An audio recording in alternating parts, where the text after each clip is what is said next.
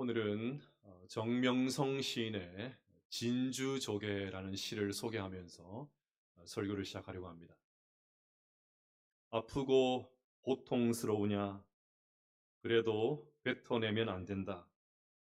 뱉어내면 그대로 모래알일 뿐이지만 품으면 보석. 살이 찢기느냐? 피를 흘려라. 그러나 비명을 지르더라도 입은 벌리지 마라.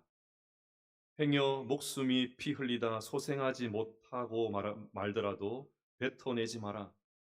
그리고 먼 훗날 눈물의 임금이 찾아오시면 비로소 상처 두성의 입을 열라. 어여쁜 임금이 내 속에서 진주를 꺼내시리니. 여기 계신 여자 성도님들, 진주 좋아하십니까? 네. 세상에서 가장 비싼 진주가 얼마나 할까요? 제가 요즘 유행하고 있는 AI에게 물어보았습니다. 그랬더니 지금 3천만 달러, 그러니까 지금 환율로 하면 약 450억에 경매된 진주 목걸이가 있다고 합니다. 사진을 보여드리고 했는데 찾지를 못했습니다. 그러다가 영화배우 엘리자베스 테일러가 착용해서 유명해진 라페리 그리나라는 진주 목걸이를 보게 되었습니다. 이 목걸이인데요, 얼마에 경매됐는지 아십니까? 무려 139억 원에 경매가 되었습니다. 돈이 너무 많으셔가지고 놀라시지도 않으시죠? 진주는 조개가 모래를 품어서 만들어지죠. 조개가 자기 속에 비집고 들어오는 모래알을 잘 품지 못하면 죽는다고 합니다. 그런데 힘들고 고통스럽지만, 때로는 쓸려서 너무 아프지만 잘 품기만 하면 마침내 그 속에 진주가 만들어집니다. 우리 인생도 마찬가지 아니겠습니까? 불쑥 들어오는 모래알과 같은 그런 사건들, 모래알과 같은 상황들, 모래알과 같은 사람들이 분명 불청객임에 틀림이 없습니다. 성가시고 아프고 쓸려서 상처를 내기도 합니다. 그래서 어서 뱉어버리고 싶죠. 툭툭 그냥 뱉어버리고 싶죠. 하지만 모래를 품은 조개가 진주를 만들어내는 것과 같이 그 모래알을 잘 품을 수만 있다면 우리도 얼마든지 보석 같은 인생을 살 수가 있습니다. 시인의 말 맞다나 모래알로 인해서 살이 찢기고 피가 나고 그래서 너무 고통스러운 나머지 비명을 지른다고 해도 내뱉지만 않는다면 우리도 진주를 만들어낼 수가 있습니다. 그래서 오늘은 모래알과 같았던 사람들을 품었던 다윗이 만들어내었던 보석과 같은 이야기를 살펴보려고 합니다. 이것을 통해서 우리와 우리 공동체에도 사람을 품는 그 은혜가 더욱더 넘치게 되시기를 주님의 이름으로 축복합니다. 다윗이 품었던 첫 번째 모래알은 하극상을 벌인 부하들이었습니다. 우리는 지난주에 블레셋에 망명한 다윗이 블레셋 군인이 되어서 동족 이스라엘과 전쟁에 나가게 되었지만 하나님께서 막아주셔서 참전하지 못한 것을 살펴보았습니다. 그런데 그 즈음에 문제가 생겼습니다. 30장 1절과 2절을 보십시오. 다윗과 그의 사람들이 사흘 만에 시글락에 이른 때에 아말렉 사람들이 이미 네겝과 시글락을 침노하였는데 그들이 시글락을 쳐서 불살하고 거기에 있는 젊거나 늙은 여인들은 한 사람도 죽이지 아니하고 다 사로잡아 끌고 자기 길을 갔더라. 동족 이스라엘과의 전쟁에 참전하지 않게 되었으니까 다윗과 그의 부하들은 편안한 마음으로 주둔지가 있는 시글락으로 돌아왔겠지요. 그런데 도착해서 보니까 끔찍한 일이 벌어졌습니다. 다윗과 그의 군대가 잠시 자리를 비운 사이에 아말렉이 쳐들어와서는 다윗이 살고 있는 동네를 쑥대밭으로 만들어 버렸습니다. 아마 시글락으로 돌아오는 다윗과 그의 군인들은 반갑게 막 기다리고 있는 가족들의 얼굴을 기대했겠지요. 하지만 그들을 기다리고 있었던 것은 파괴된 집과 잿더미에서 피어오르는 연기뿐이었습니다. 아말렉의 만행은 여기서 끝이 아닙니다. 그들은 마을을 초토화시킬 뿐만 아니라 그것도 모자라서 부녀자와 자식들을 모조리 끌고 갔습니다. 전쟁 포로로가 되었다는 말입니다. 3절을 보십시오.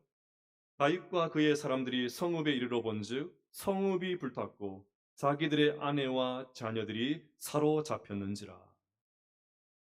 물론 여기에는 다윗의 두 아내도 포함됩니다. 당시의 전쟁 포로는 전부 다 노예로 살았습니다. 그러니까 이때 다윗과 600명의 부하들의 심정이 어땠을지 충분히 짐작할 수 있지요. 4절을 보십시오. 다윗과 그와 함께한 백성이 울 기력이 없도록 소리를 높여 울었더라. 얼마나 비통했던지, 얼마나 참담했던지, 얼마나 기가 막혔던지 수백 명의 사내들이 더 이상 울 힘이 없을 정도로 엉엉 울고 있었습니다.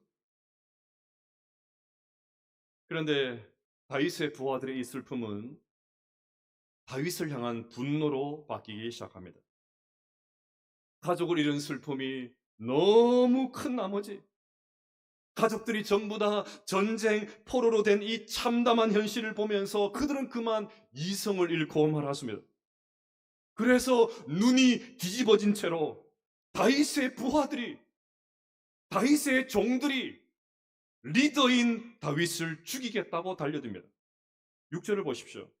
백성들이 자녀들 때문에 마음이 슬퍼서 다윗을 돌로 치자 하니 어쩌자고 최소한의 인원도 남겨두지 않고 600명 전부 데리고 갔냐는 것입니다. 몇 사람만 남겨뒀어도 이런 끔찍한 일은 발생하지 않았을 터인데 이런 일이 벌어졌으니까 다윗이 책임지십시오. 그래서 돌을 들고 다윗을 치려고 합니다. 여러분 부하들의 마음 이해가 되지요. 인지상정 아닙니까? 이런 상황이라면 누군들 이러지 않겠습니까? 하지만 참 씁쓸하지요. 이것이 우리 인간의 가벼움입니다. 우리 인간이 얼마나 가벼운지요. 그동안 다윗의 부하들이 다윗에게 얼마나 많은 은혜를 입었습니까? 그들은 이미 세상에서 온갖 어려움을 당하고 빗장이들에게 시달리고 원통하고 억울한 일들을 당했던 사람들이었습니다. 다윗이 거둬들이지 않았다면 이미 세상을 떠났을 사람들이었습니다. 지금 블레셋에 망명하게 된 것도 그들을 먹여 살리기 위해서 그런 것 아닙니까? 그런데도 다윗의 부하들은 지금 하극상을 벌입니다. 그들의 마음은, 그들의 심정은 충분히 이해가 되지만 너무 비통한 나머지 눈이 뒤집어져서 그만 선을 넘고 말았습니다. 넘어도 너무 많이 넘었습니다. 그런데 여러분, 그 은혜로운 공동체가 극도로 경직되었겠죠. 서로 원망하고 돌 던지고 잘못을 따지기 시작하면서 관계가 막 엉망이 되었겠죠. 신뢰가 다 무너졌겠죠. 그 거친 광야에서 그 힘든 시간을 서로 의지하면서 도와줘왔던 그 흐뭇했던 추억들 막 다 산산조각이 났을 것입니다. 물이 완전히 엎질러졌습니다. 자, 이제 다윗이 어떻게 처신하느냐. 이것이 중요한 상황이 되었습니다. 6절 말씀 같이 한번 보도록 하겠습니다. 6절 시작. 백성들이 자녀들 때문에 마음이 슬퍼서 다윗을 돌로 치자 하니 다윗이 크게 다급하였으나 그의 하나님 여호와를 힘입고 용기를 얻었더라. 아멘. 여러분 다윗도 부하들과 똑같이 화를 낼 수 있었습니다. 그들의 이 무례한 행동, 선을 넘는 행동 얼마든지 문제 삼을 수 있었습니다. 너희들 그동안 받은 사랑이 어디 얼마나 큰데 내가 다 걷어줘서 지금까지 살게 해줬다니 이제 와서 무슨 배은망덕한 행동이냐? 너희들 저 자식만 데리고 갔냐? 우리 아내도 다 데리고 왔다. 얼마든지 따져 물을 수 있었습니다. 그런데 다윗은 하나님 여호와를 힘입고 용기를 얻었더라. 하나님 여호와를 힘입고 용기를 얻었더라. 무슨 말입니까? 그 다급한 상황에서, 그 곤란한 상황에서, 부하들이 하극상을 벌이는 이 참담한 상황에서 다윗은 하나님을 바라보았습니다. 정말 사람은 믿을 사람 아무도 없네. 믿을 이는 하나님밖에 없네. 그 하나님을 의지했습니다. 이 짧은 구절이 얼마나 중요한지 모릅니다. 같이 한번 해보겠습니다. 하나님을 힘입어 용기를 얻었더라. 더 크게요. 하나님을 힘입어 용기를 얻었더라. 이렇게 다윗은 하나님께 기도하는 것으로 자기를 죽이겠다고 달려드는 그 부하들을 품었습니다. 그 모래알과 같았던 자신들의 부하들, 그 부하들을 기도로 품었습니다. 그렇게 모래알과 같은 상황을, 그 수많은 사람들을 기도로 품어서 만들어내었던 진주, 다윗이 오랜 세월 동안 그 극한의 상황에서 수많은 모래알과 같은 사람들을 품고 기도했던 결과가 지금 우리가 읽고 은혜 받고 있는 시편 아닙니까? 그 결과, 그 보석이 바로 시편들이었습니다. 여러분 쉽지 않죠?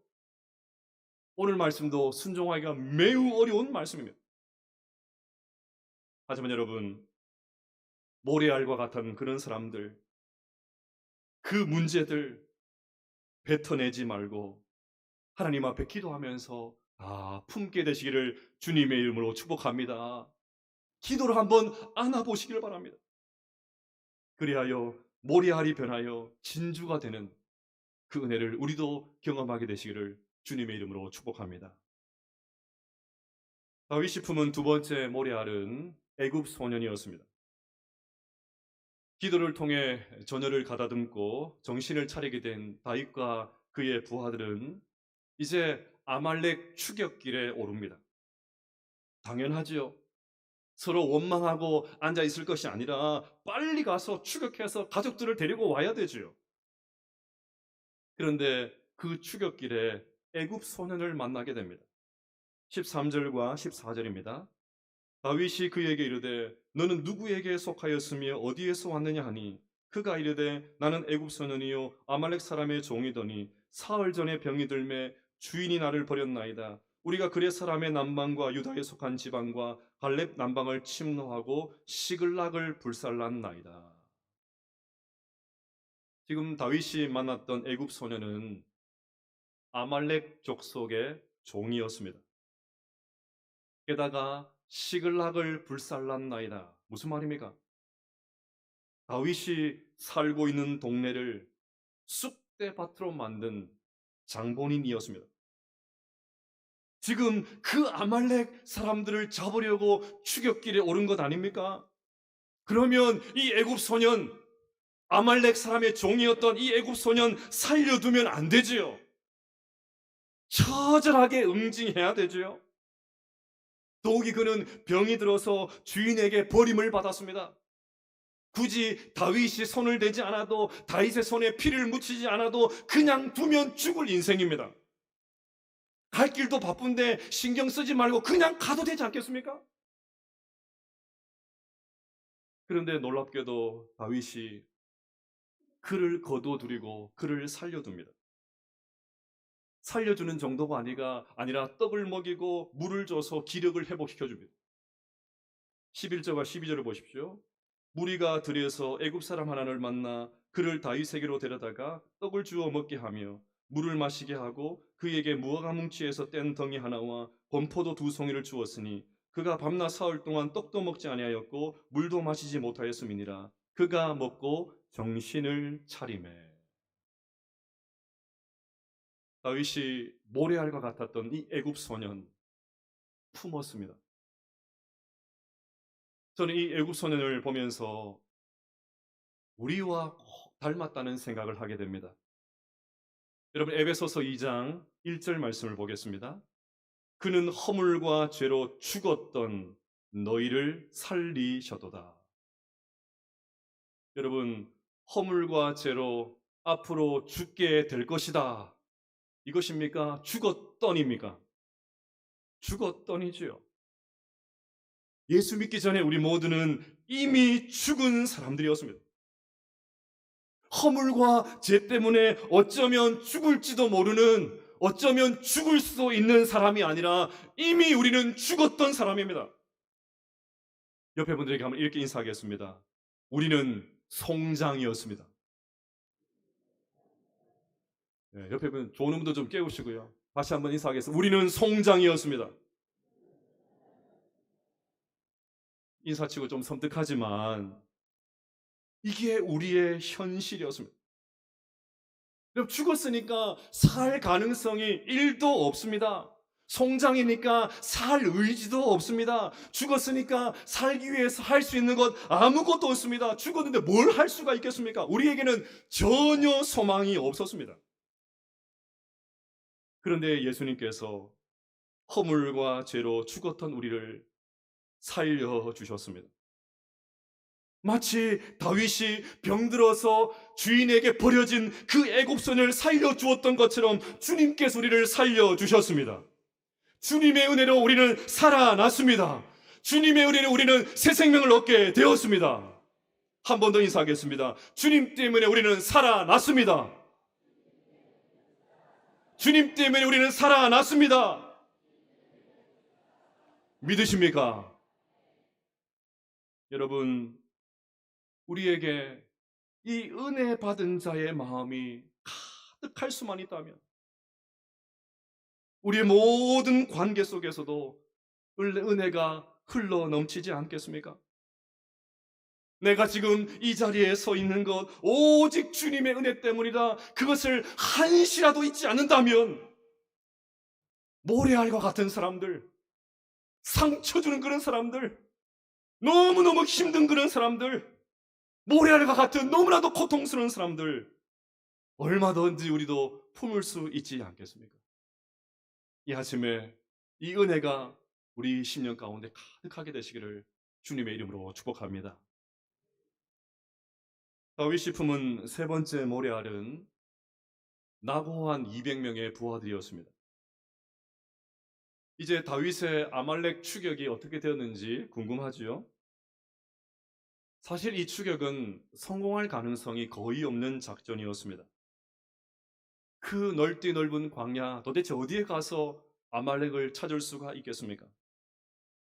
그런데 다윗이 은혜를 베풀어 주었던, 다윗이 품어 주었던 그 애굽 소년이 아말렉이 있는 곳을 알려줍니다. 알려주는 정도가 아니고 그 애굽 소년이 친히 다윗과 그의 군대를 아말렉 있는 곳까지 친절하게 안내해 줍니다. 16절을 보십시오. 그가 다윗을 인도하여 내려가니 그들이 온 땅에 편만하여 블레셋 사람들의 땅과 유다 땅에서 크게 약탈하였으므로 말미암아 먹고 마시며 춤추는지라. 가서 보니까 아말렉 군인들이 승리에 도취되어서 부어라 마셔라 진탕 잔치를 벌이고 있습니다. 그렇게 무방비 상태로 취해 있는 사람들 기습하면 이제 게임 끝이죠. 정말로 다윗이 기습을 해서 전멸을 시켜버립니다. 가족들 한 사람도 빠짐없이 다 구해내었고 빼앗겼던 재물들 다 회수했습니다. 그뿐 아니라 아말렉이 다른 곳에서 약탈했던 식량들, 보물들까지 몽땅 깡그리 다 챙겨왔습니다. 이렇게 해서 아말렉 추격 작전 성공적으로 마무리가 되었습니다. 이제 오늘 이야기는 여기서 끝이 나도 되지 않겠습니까? 끝났다. 얼마나 좋은 엔딩입니까? 그런데 진짜 중요한 장면이 이어서 나옵니다.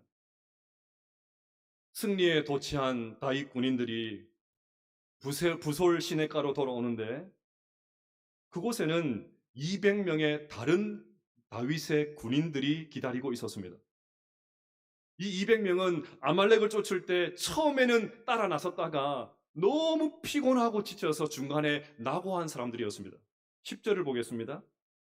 곧 피곤하여 부솔 시내를 건너지 못하는 200명을 머물게 했고 다윗은 400명을 거느리고 쫓아가니라.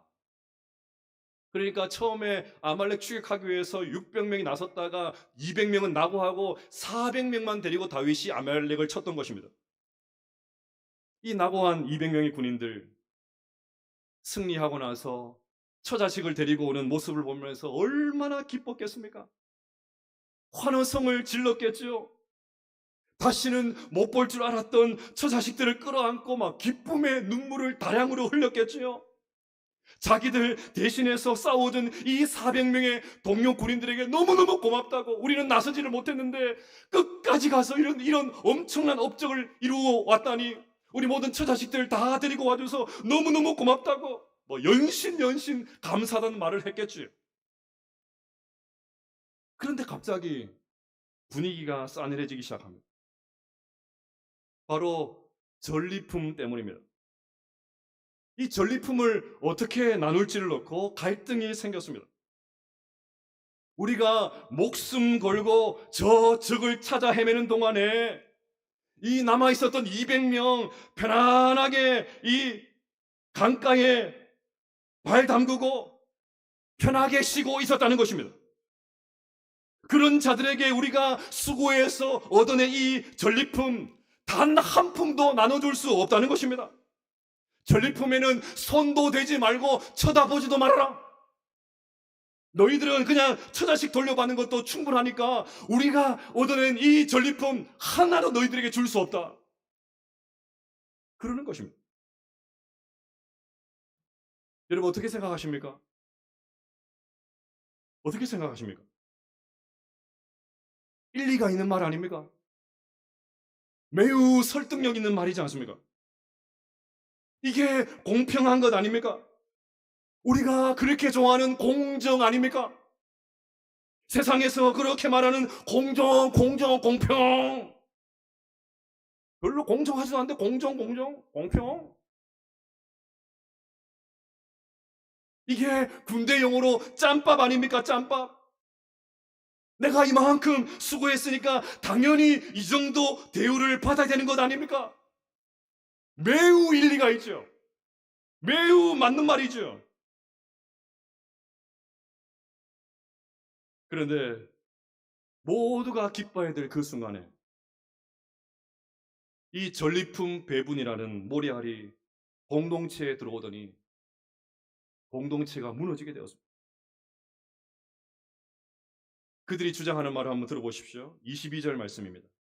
다윗과 함께 갔던 자들 가운데 악한 자와 불량배들이 다 이르되 그들이 우리와 함께 가지 아니하였은즉 우리가 도로 찾은 물건은 무엇이든지 그들에게 주지 말고 각자의 처자만 데리고 떠나가게 하라 하는지라. 전리품을 못 주겠다 하는 사람들이 하는 말을 보십시오. 우리가 도로 찾은 물건을, 그들이 주장하는 것은 내가 했다는 것입니다. 주어가 자기 자신입니다. 내가 수고해서 얻었다는 것입니다. 그들은 전리품을 자신의 공로로 생각했습니다. 내가 목숨 걸고 가서 얻은 것이니까 내 것이라고 생각했습니다. 그러니까 함께 하지 않은 당신들 하나도 줄 수 없다는 것입니다. 여러분, 이 공로의식은 그들만의 이야기가 아닙니다. 공로의식에 사로잡힌 사람은 늘 계산하면서 주의를 살핍니다. 내가 지금 교회에서 제대로 된 대우를 받고 있나? 내가 개국 공신인데 이 사람들이 나의 공로를 알아주나? 내가 대우를 받고 있나? 늘 이런 식이니까 기쁨이 없어요. 감사가 없습니다. 저 사람은 나보다 교회에 늦게 왔는데 왜 중직자가 되는 거야? 나보다 잘난 것도 없는 것 같은데 왜 먼저 리더가 돼야 되는 거야? 내보다 늦게 왔는데 왜 앞에서 껄떡거리고 있는 거야? 그래서 입이 막 이만큼 나와요. 입이 이만큼 튀어나와요. 그 다니면서 다 걸려. 다 걸려. 다 걸려. 입이 이만큼 나와 있으니까. 여러분, 이분들은 정말 교회를 위해서 헌신 많이 했습니다. 헌금도 많이 하고 막 엄청나게 헌신했습니다. 그런데 그만 공로의식에 사로잡히고 나니까 막 그렇게 교회를 위해서 헌신했음에도 불구하고 하나님 나라를 위해서 그렇게 헌신했음에도 불구하고 마음에 아무런 기쁨이 없어요. 아무런 감사가 없습니다. 얼마나 비극입니까?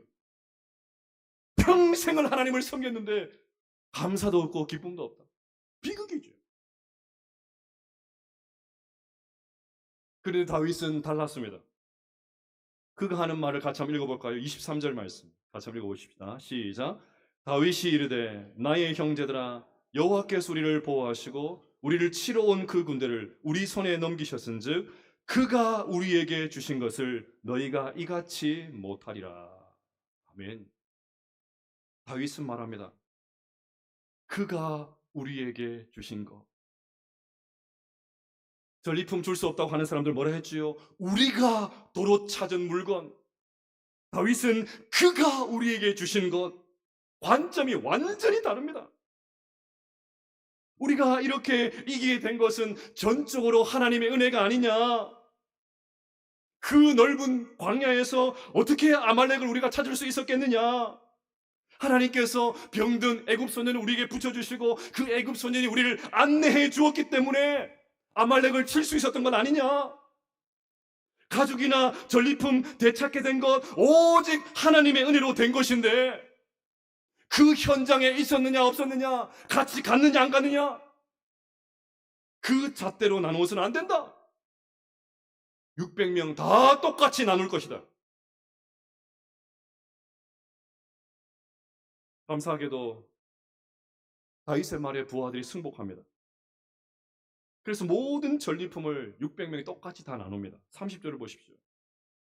헤브론에 있는 자에게와 다윗과 그의 사람들이 왕래하던 모든 곳에 보내었더라. 사랑하는 여러분, 하나님께서 하신 줄로 믿습니다. 하나님이 하셨습니다. 그냥 립 서비스가 아니고 우리의 중심에서 하나님이 하셨습니다. 내가 아무리 많은 수고를 했다 할지라도, 그 어떤 헌신을 했다 할지라도 내가 한 것이 아니고 하나님이 하셨습니다. 이 고백을 절절하게 할 수 있는 우리 모두가 되시기를 주님의 이름으로 축복합니다. 사랑하는 여러분, 우리는 하나님의 은혜로 이 자리에 서 있는 사람들입니다. 우리의 원래 모습 잊지 마셔야 됩니다. 우리 원래 죄인이었습니다. 주인에게 버려진 애굽 소년과 같은 사람들이었습니다. 목숨 부지할 자격 없는 사람들이었습니다. 낙오한 200명과 똑같은 사람들이었습니다. 전리품 나눠 가질 자격 우리에게 없습니다. 그런데도 하나님께서 우리에게 은혜의 손길을 베풀어 주셨습니다. 우리는 은혜로 이 자리에 서 있는 줄로 믿습니다. 은혜로 여기에 서 있습니다. 주님의 놀라운 사랑 때문에 지금까지도 살았고 앞으로도 살게 될 것입니다. 우리가 이 은혜를 잊지 않을 때 모래알과 같은 그 사람들, 모래알과 같았던 그 사건들도 얼마든지 우리도 품을 수 있는 줄로 믿습니다. 그러니 여러분, 아무리 고통스러워도, 아무리 힘들어도, 그래서 비명이 절로 나와도 절대로 그 모래알 뱉지 마십시오. 기도로 품고 은혜로 품을 때 그 모래알이 진주로 바뀌는, 너무너무 힘들었지만 그 모래알을 끝까지 품을 때, 하나님 앞에 설 때 그 모래알이 보석으로 바뀌는, 진주로 바뀌는 그 은혜를 우리 모두가 경험하게 될 줄로 믿습니다. 이번 한 주 동안 이 말씀 기억하시면서 힘차게 믿음으로 살아가실 수 있는 우리 모든 성도들 다 되시기를 주님의 이름으로 축복합니다.